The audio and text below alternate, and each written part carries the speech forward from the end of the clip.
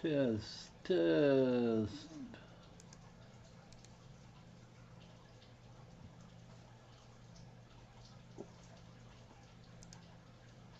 Hey, YouTube.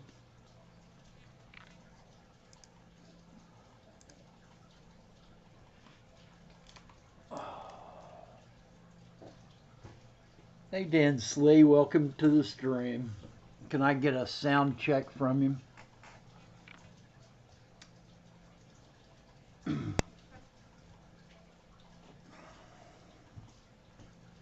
Test, test.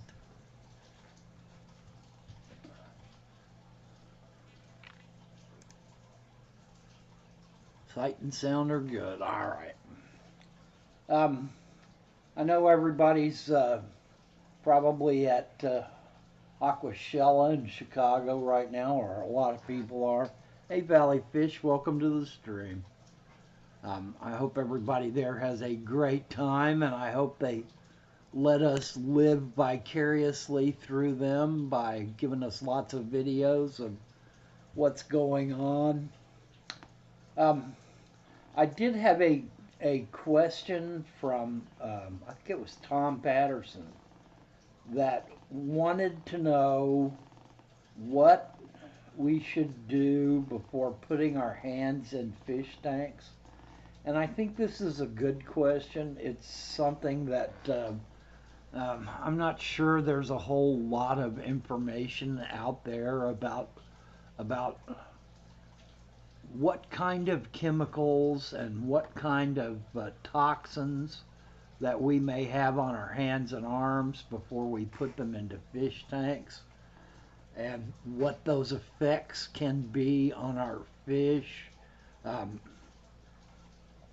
it's a good topic, and it's one that I don't think it's covered that much, really. I was looking, and I did see that Tazawa Tank has had a video last year about it, and he basically talks about washing his hands before he goes into a client's fish tank.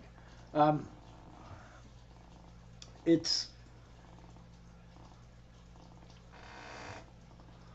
it's important that we clean our hands of any kinds of lotions or perfumes, or you know if you've been working on your car and you've got grease on your hands.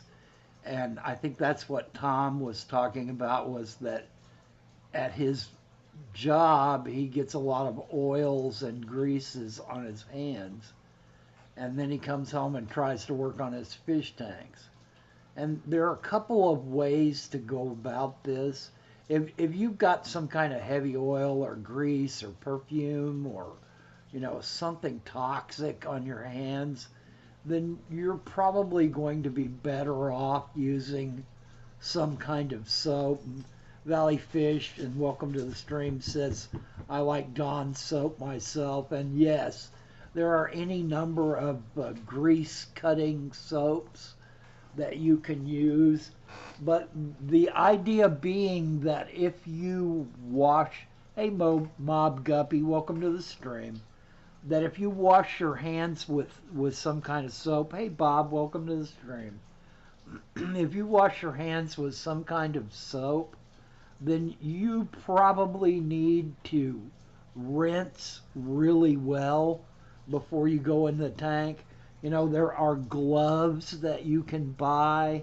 I think Coral Life used to make them, I know. Really long gloves, not quite up to the armpit, so if you've got a really deep tank, that's not going to work. And wearing gloves in a tank can be kind of self-defeating sometimes. Um, but if you're just going through your regular day-to-day stuff and then you're going to go into a fish tank, my personal belief is that the chlorines and the chloramines in our tap water, now that's not if you're on a well. If you're on a well, then you won't have any of those in your house water. But usually the chloramines and chlorine that are in your tap water can take care of a lot of issues. But if you need to use soap, um, there are products that are made by some companies. I think Reef Suds is the name of one that's made for coral and and saltwater tanks that is made to be non-toxic to fish after you use it. And I think if you look around, you can find those sorts of things. One of the things that kind of gets missed in a lot of talks about, you could use bleach on your hands. There are a lot of antibacterial, like hospitals use. I think Tazawa Tanks was talking about one of those antibacterials that you can use. But one of the things that I think gets missed a lot in talking about fish tanks, one of the things that you can use is vinegar. And vinegar has some really strong antibacterial, anti-mold. A lot of vinegar will H2O and bleach. Yeah. Um, H2O2, is that hydrogen peroxide you're talking about, Dansley? You could use hydrogen peroxide, although oxygen is one of the most corrosive chemicals out there. So a heavy dose of oxygen will kill your fish just as quickly as other things. But you're right, hydrogen peroxide can be used in a tank. I don't use bleach anymore unless storing something. Right. But I'm just talking about the chemicals that, household chemicals that we have at our disposal that can be used. One of the big problems is like lotions and stuff. I saw some information. I kind of perused the web a little bit on this topic, trying to get ready for this stream and see if I could figure out, what the lay of the land was out there. There is a chemical in sunscreen, oxybenzone, I think it was called, that is in most sunscreens that people use, and it is bleaching coral reefs all over the world because it affects the DNA of coral and causes them to not be able to reproduce anymore. So on beaches where a lot of people are using sunscreen, hey Pleco Whisperer, welcome to the stream. On beaches where a lot of people are using sunscreen, they're testing for that chemical, and I may have mispronounced the name, and finding extraordinary amounts of it in the water in areas where people use sunscreen and then go into the water. So there are some things that you may have on your skin that can be really deleterious to fish tanks, saltwater tanks or otherwise. So I would suggest that people find, hey Don Gallagher, welcome to the stream. I would suggest that people do a little bit of looking around for soaps that are made to be non-toxic to fish, that are made to be non-toxic to animals, and I think that if you really look, you will find several varieties out there. And as far as Tom goes, my suggestion to him would be to use a, like Solvol or Lava or any of the soaps that are made for working men and women, and to thoroughly rinse. Or if it's a rush thing and it's a 10 or a 20, get a long pair of gloves and use them.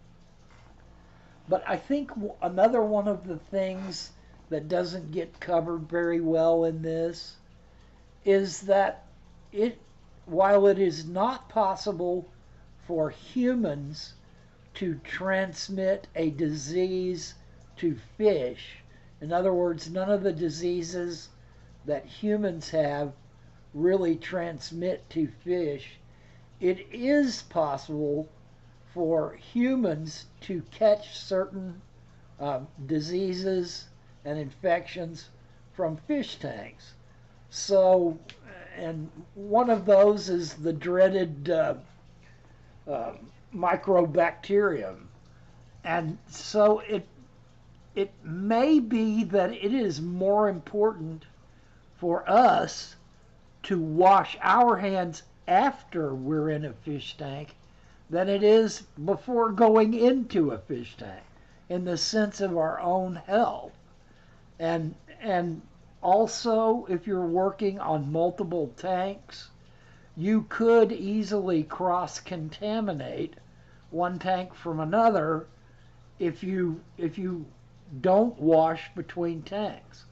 Now, you could say that this is an OCD issue and all that kind of stuff, but it is possible to cross-contaminate tanks from your own skin, from pulling your hands out of one tank and putting them into another, just as it is with nets or other, your siphon hose. All that stuff is going from one tank to another tank. And it behooves you to at least rinse it off with chlorinated tap water before you move from one thing to another. And a lot of people use different kinds of chemicals on their nets, just like you see in a barber shop where the combs go into that blue water that's chemical that is killing any kind of potential contaminant. It's really important, if we think about it, that we protect ourselves, protect our fish from us going from one tank to another tank.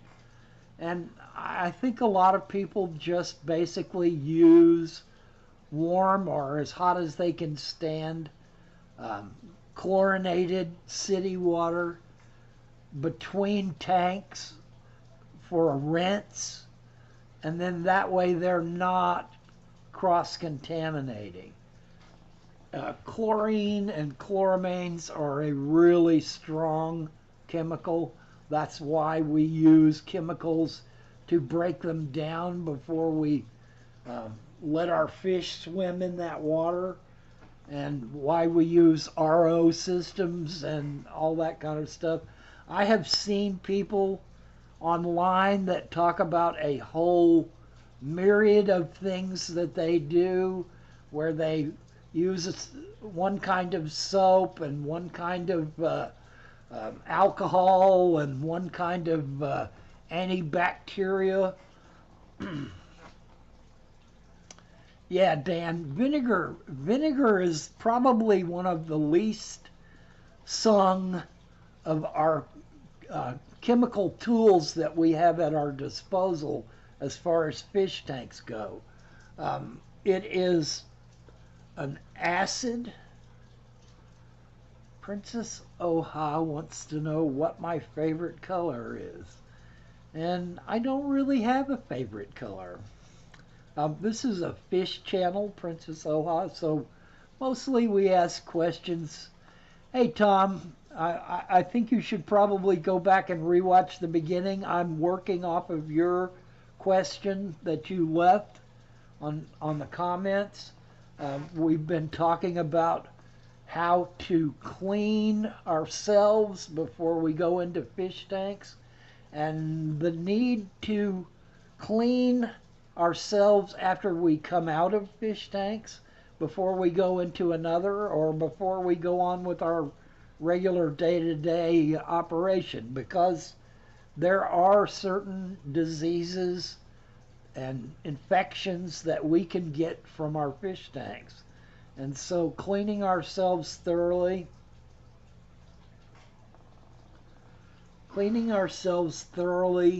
after coming out of a fish tank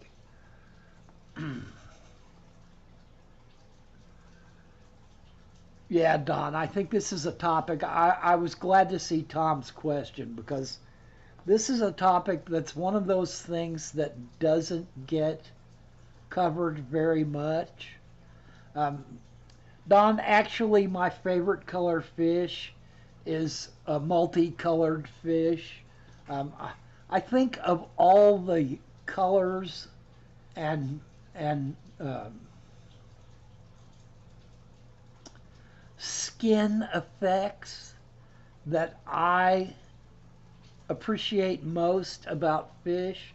You know, our fish have multi layers of scales and skin and oh, I can't. What are they called? Chromophores? What's the word for the color? Like the spangles on a Jack Dempsey. There is a chemical that is in fish scales, or maybe it's in their skin. It's in their skin. It's in their skin, my wife says. And I think it's chromophores, but I could be wrong about that. You caught me off guard here. But fish are able to evidence a myriad of colors. When they are stressed, they can be just dead white. When they are super feeling picked on, they can go almost black. And Don says, you're right, this topic does not get discussed enough. I think I might have cross-contaminated a tank not long ago. Yeah, it's really easy, and we should be really diligent about not cross-contaminating. I think that a lot of people that use siphon hoses, like a python, can be really unaware of the fact that going from one tank to another with that python tube can easily cross-contaminate a tank. I mean, our tanks can be cross-contaminated from the vapor in the air.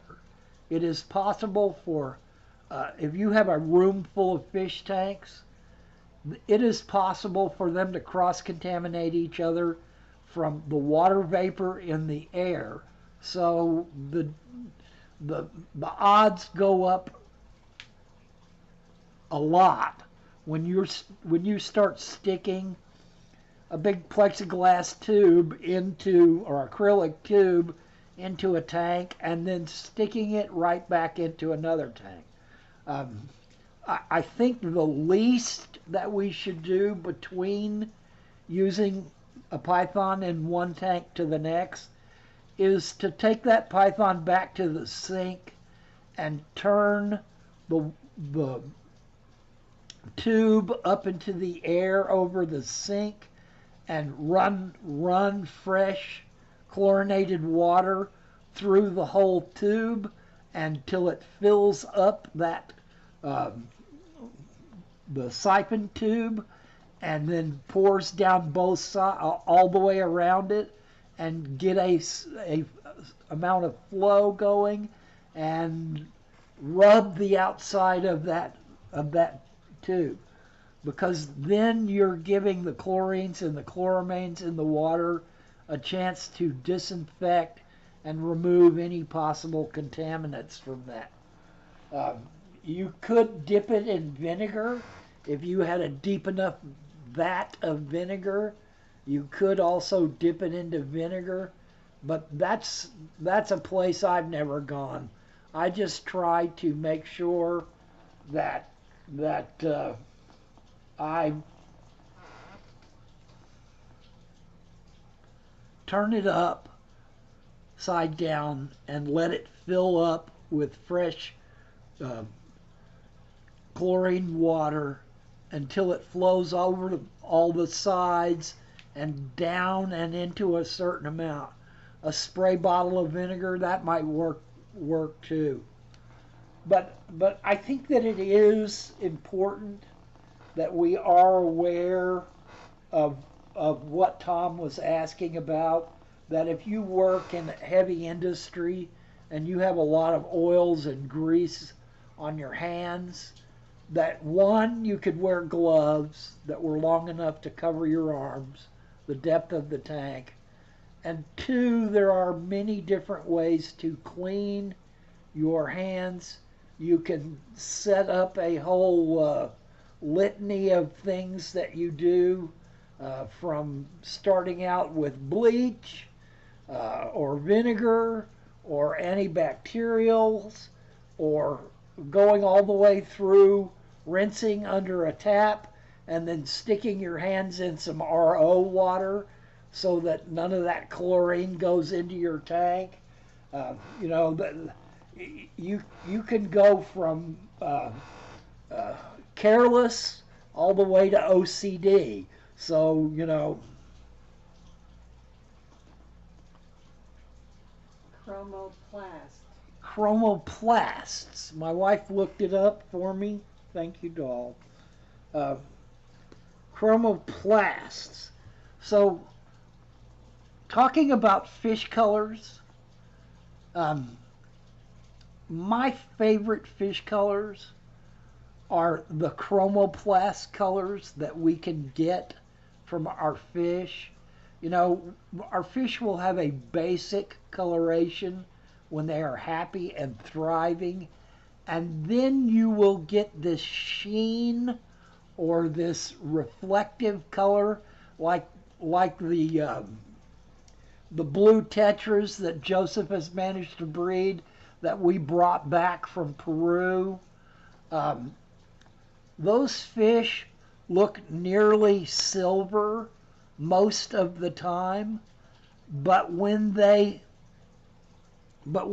turn and flash those chromoplast colors in the light, they are the most brilliant sky blue that you ever want to see, and it doesn't translate well by camera. It's much more brilliant when you are there in person and watch them catch the light and flash that way. Uh, Jack Dempsey's, yeah, Congo Tetras will color up that way as well. You know, they have a basic coloration. If you were to ask me for my favorite basic coloration, then I would have to go once again with the Queen Arabesque, the L260 Pleco. I just love that pattern that they have of lines, white lines on a darker brown body. I just really like the way that pattern looks. It mystifies me and entrances me. So for basic coloration, I'd have to say that that's my favorite coloration. And you would have to go look at pictures of L260s, Queen Arabesque, Laura cards to see that pattern up close. And it varies in all of them. It looks similar, but it's a continual variation between individuals. But as far as my favorite coloration of fish, I would have to say that it is those spangles. The ability of fish to give off a literal rainbow of colors. Uh, you know, you can you can talk about all kinds of metallic paint jobs on cars, and it's those ones that are able to flash different colors depending on how the lights hit them that I like the best. And it's the same way with fish. It is those brilliant colorations that you get on rainbows when they're in breeding colors, where those chromoplasts are able to just flash the most brilliant colors. The spangles on Jack Dempsey's, the sheen on those blue tetras when they turn in the light. The We don't have them, and I don't know of anybody that does have them.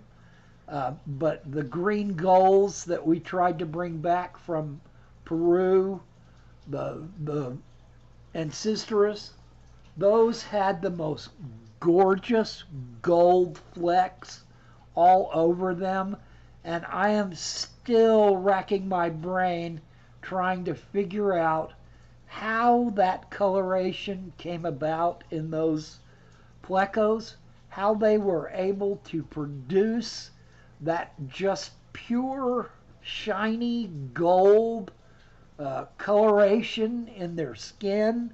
Can I address this shortly? The coloration in fish and butterflies and other things like that have bright coloration, it's highly dependent on the interaction between the chromoplasts in the animal and the chromophores in your eyes. That's why some people say, well, that fish doesn't look blue to me, that fish looks green or yellow or whatever, because the chromoplasts in your eyes are little atoms that sometimes get outside their regular orbits, and when they do, they're able to you are able to perceive these flashing metallic colors. And so there has to be the chromoplast present in the animal, but you also have to have the chromophore in your eye. And people who have like bad nutrition, malnutrition, or certain eye problems don't have adequate chromophores, and so they can't see those flashing colors. Okay, there you got a little added extra information from my wife. She has spent her entire life studying vision, so she knows a thing or two when it comes to that subject.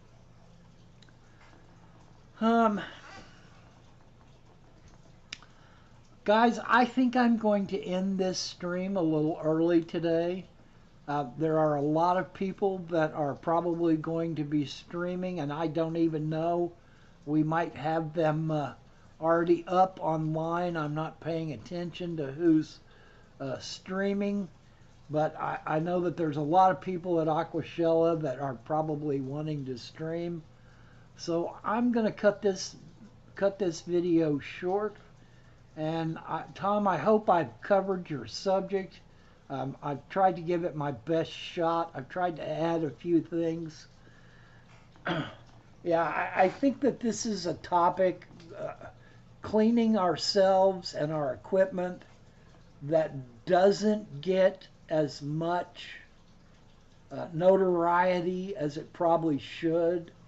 And that there are a lot of, I mean, I would invite everybody to go out there on your own and do research into this subject. Tom, I'd suggest starting at the beginning and watching this. It's going to be short, so it won't take that long. All right, guys, I'm going to shut it down. And thank you for spending some of your time with me here on Saturday, and I hope everybody enjoys Aquashella and has a great time, and please give us lots of nice video so we can live vicariously through you. Alright guys, I'm shutting it down. Have a good rest of the weekend.